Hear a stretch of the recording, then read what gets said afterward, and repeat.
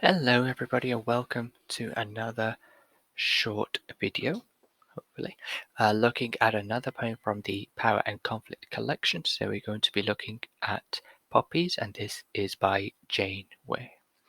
So this poem was, the inspiration for this poem came to Jane Weir as a mother of two teenage boys, and she wanted to give the perspective of someone from the family. Looking at a lot of the war poems, they were from the account of those that had gone and died, or those that had fought, and of course were soldiers. However, Janeway wanted to give something from the perspective of a relative, or perhaps a female's perspective as well, and give ideas perhaps of how a mother may react. So this poem is about a mother's emotional reaction, and it seems her son seems to be going off and joining the army. I think some of the points that we could sort of take away in terms of why it's the army, given some of the points in terms of the title, so Poppies, and of course the war memorial as well being mentioned there as well. So it does seem that he is going off to join the army. So some of the emotions she is experiencing and going through, you can see, are that of sadness, loneliness, and terror as well. So she's really terrified for him as well, that she perhaps may never see him again. The poem also uses lots of domestic imagery and a language as well. So a lot of the things are recollections of what she perhaps would do when he was a little boy, and how she would perhaps prepare him for school and so on, and just look to nurture him as he was a child. And these are some of the moments that are fondest to her. And it seems as well that she is really struggling to deal with the present day situation where he's gone and unlikely to be coming back. Okay, so let's have a look at some of the key quotes, and then we'll look at some of the additional quotes you may want to consider as well, just to allow you to get a little bit more out of this poem. So the first line, 3 days before Armistice Sunday. So, and Poppies had already been placed, so she's thinking about different moments here. So word here, before, is something that you'd want to maybe think about in the first stanza also as well. The word before is mentioned, so the repetition of that is almost as if to say that before all these events, this is what I was doing, and these are some of the things that I was involved with. And perhaps subconsciously, there's that feeling that, okay, before the big event takes place, or before things changed, and these are some of the things that we can kind of pick up before really something happened, and it kind of does give the idea, it's a very sort of ominous feeling being created by Weir with perhaps how things would move on. But to begin with the first stanza, it seems that she is really hanging on to a lot of fond memories, but they seem to be very much etched in the past. So the next quote we have is "Steeled the softening." So you can mention the use of the sibilants there, so the steel, the softening. So this is in relation to, at this point, she's talking about getting her son prepared, for example, adjusting his blazer and so on, and she just smoothing down his collar. And at that point, her emotions are sort of coming out of her as she starts to think about her son leaving home rather, and of course she's feeling saddened by what's happening, and she is trying to show bravery, and she feels that she must try to show bravery. So some of the reasons for that, of course, we can say is to give her son the courage to be able to continue to go and be able to leave home and so on. It could be that he sees her breaking down and therefore decides he's not going to go ahead, and she feels also as well that she wouldn't want to get in the way of him achieving what he wants to.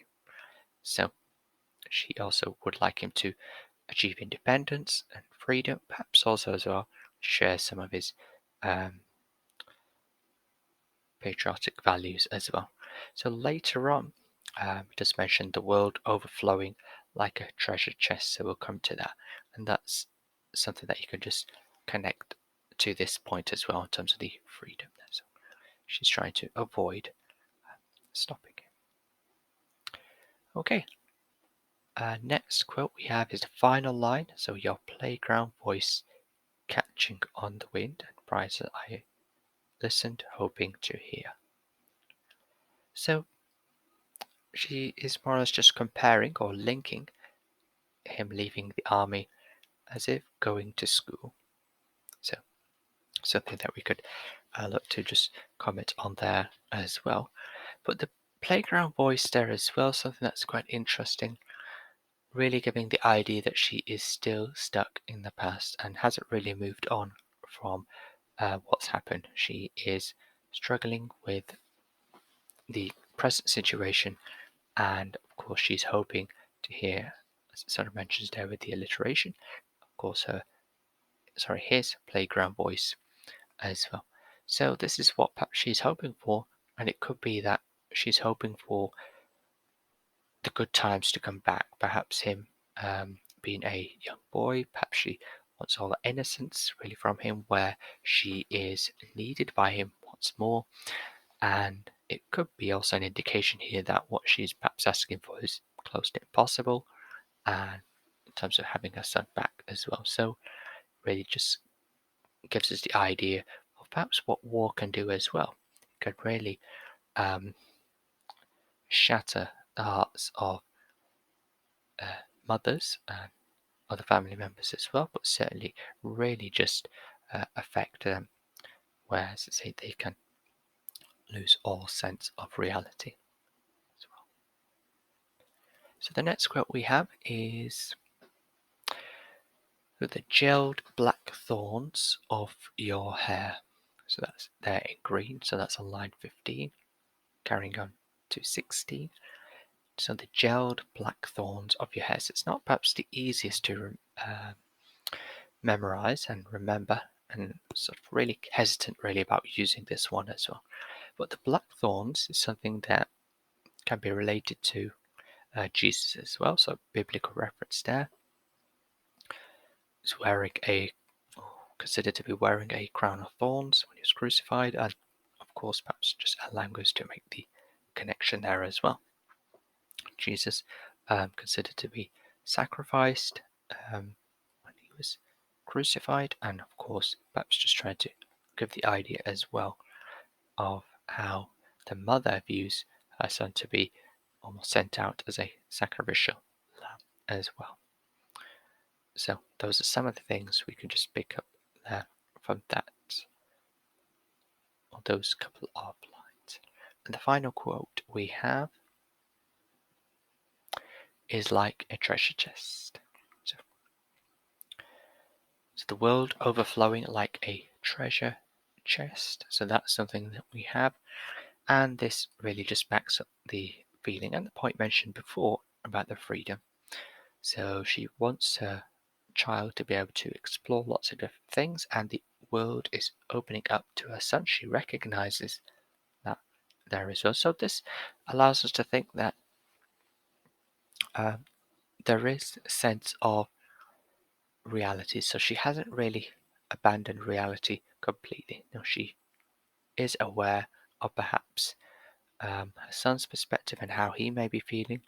And of course, we see that with the way she tried to restrain herself with her emotions and so on. However, the overwhelming feeling is that of sadness and wanted to hold on to having her son with her. But of course, she definitely is feeling this sense as well of allowing her to be able to let her son go and to be able to enjoy what life has to offer. Okay, so those are some of the key quotes and what the poem is about. I hope this has been helpful. Don't forget to like, share, and subscribe. But for now, we'll leave it there for today. Till next time, take care and bye for now.